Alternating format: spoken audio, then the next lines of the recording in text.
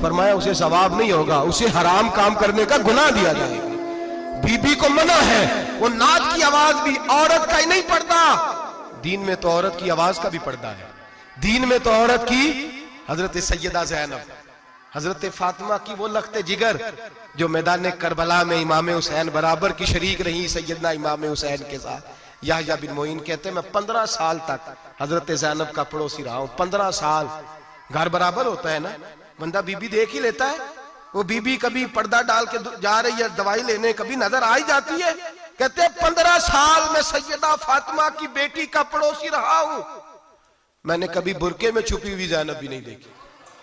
برقعے میں چھپی ہوئی زینب بھی کبھی نہیں دیکھی. حضرت عبداللہ بن جعفر